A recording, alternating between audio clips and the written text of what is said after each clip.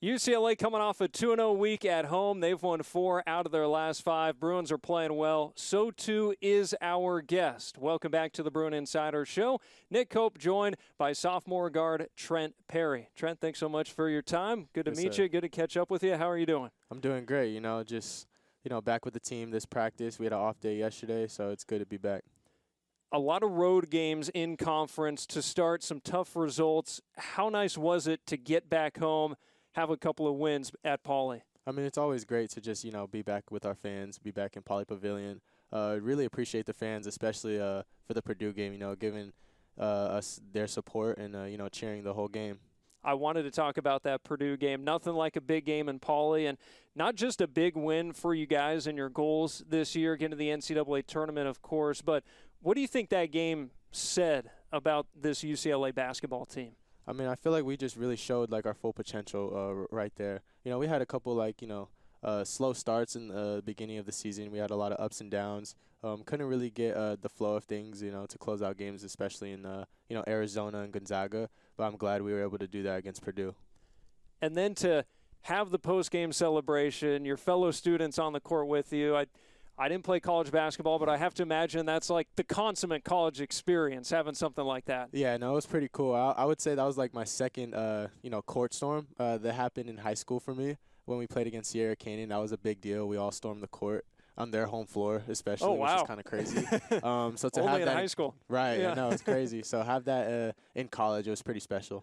Now we'll talk about Harvard Westlake in high school in a little bit, but that Purdue game that came after Mick Cronin not being shy about challenging you guys. What was the conversation like in the locker room amongst you players, and what resonated with that message? I mean, we really only carry one word, and that's fight.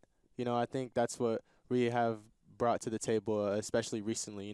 We have to fight every possession, fight every loose ball. Everything, not even just on the basketball court, but in life, you have to fight for what you want. Well, we saw that fight on the defensive end. That really seemed to be the driving force for you guys getting these last couple of wins, getting those stops late in the game. How have you seen you guys as a team collectively improve on defense, and what's your role been in that? I mean, as a team, we've just been talking a lot more. Just looking within, our communication has been absolutely amazing. It's been growing throughout the entire course of the year. We've just been getting more comfortable with each other. We have a lot of good guys where we're also quiet a little bit. I've been talking to Jamar a lot because he's actually one of our quieter guys, and I've just been trying to tell him, be vocal. We want to hear your voice. This is a team effort. So I'm just glad a lot of people are buying into just communication. Conversely, on the offensive side, you guys have had firepower all season long, and even as Sky's been out, how would you describe the variety of options and the variety of ways that you guys can attack an opposing defense? Yeah, I mean, we're a very talented team. Donnie, of course, doing his, pick and roll maestro, all his types of stuff. Tyler Bilodeau being a force in the perimeter, in the paint, all that stuff. We just have a lot of weapons on offense. When we play defense, and, that just takes care of everything else. And you've been a weapon as well. Let's talk about what we've seen out of you out of these last couple of weeks in the starting lineup with Sky sidelined. And I know even before that you were playing starter-level minutes. But how have you been ready for this moment, taking over and helping to fill the shoes of a guy like Sky who does a lot of things really well? I mean, shoot, I've lucky been ready since last year. Just been ready to, get my opportunity. It's unfortunate that, Sky is out, but the opportunity was there to fill in that role, and I feel like I'm doing pretty well. What's it been like having Sky in a support role where he can't help you guys on the court, but they're on the sideline in the locker room? How's he been in that role? Yeah, I mean, I've known Sky for years. Just speaking personally, we always have a lot of talks just on and off the court. So just having his little support and inside stuff of what he sees from the outside, it really helps me to translate in the game. You mentioned how you've been ready since last year, so I was curious, this point in the season, you guys have already played a ton of games. Now you're hitting that stretch run coming up on February. How different does it feel for you being a sophomore now versus where you were at this point of the season last year as a freshman? I mean, I feel like it's been a complete 180. I think last year I'm grateful to just be able to learn from the bench, learn what Coach Cronin wants, learn, the system. And so now that the opportunity has, kind of arose, just being able to be calm, cool and collected under the pressure, especially in Big Ten. not every game. I mean, every game, to be honest, is going to be close. Like even Northwestern, they're 1-7, 1-8 or something coming into the game, but no matter what, they're still a pretty good program, and it's a lot of respect for them. You got guys on the other side. No matter what the record is, they're going to play hard just as well, and so it's not going to be easy, even when the records might suggest it should be. 100%, for sure. So, watching you down this stretch, you used a couple of C words: calm, cool, collected. There's another one that, when I've been watching you play, that comes to my mind, and that's confident. How would you describe the way you've been playing lately?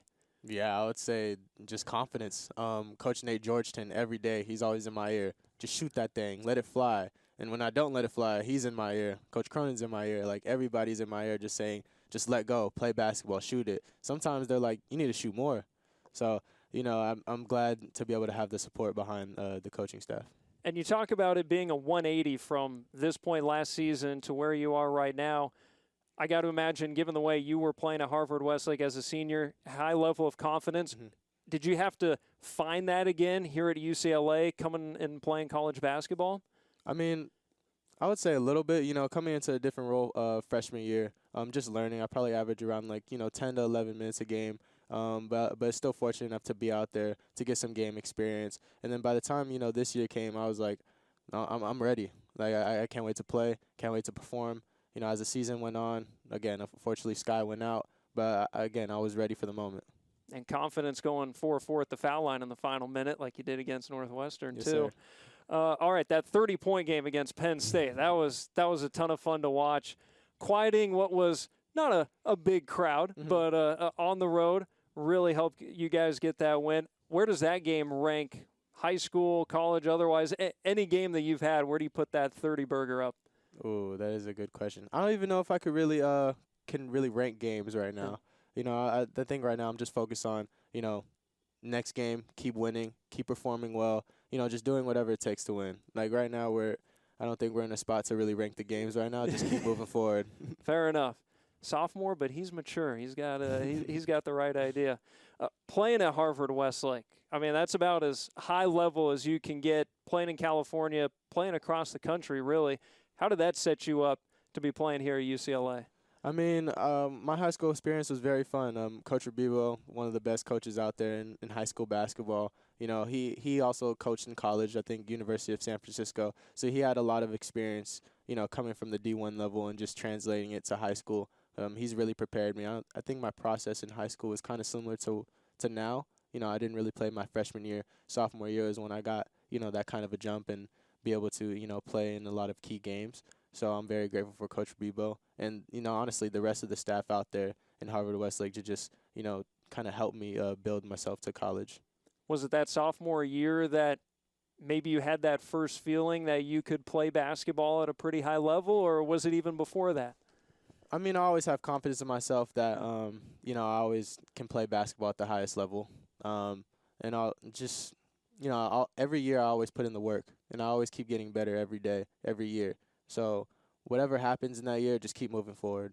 What was the work that you put in this past offseason coming into your sophomore year? I mean, of course, getting bigger, stronger, faster. Just wanted to take a jump from last year. Never want to stay complacent in the same. Also just working on little things, ball handling, of course, shooting, my rhythm. I feel like my shot has gotten a lot more quicker and more rhythmic, so I'm able to get my shots off a lot faster.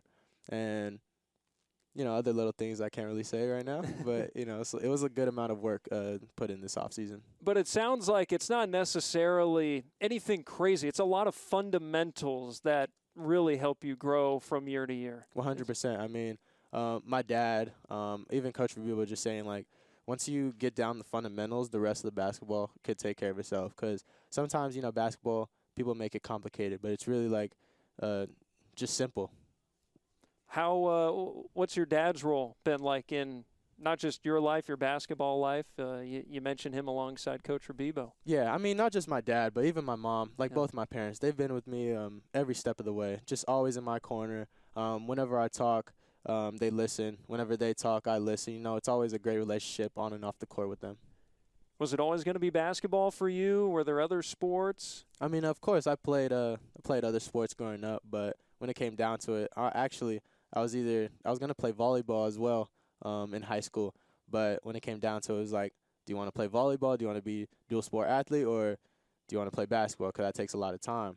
Then I was like, I got to go with basketball. That's my first love. They don't mind dual sport athletes here at UCLA, just saying. They don't, but I don't know. That volleyball team is really good. They're pretty good. So I don't know if I'll be able to play with them, but it was fun while it lasted. Yeah, the hops translate over to volleyball, right? Yeah, it did for sure. Awesome. Well, hey, it's been great to watch these last few weeks. Love the groove you guys are in. Keep it up this week. Got home games on the horizon as well. Thanks so much for your time, Trent. Yes, Good to sir. catch up. Thank you so much. Appreciate it.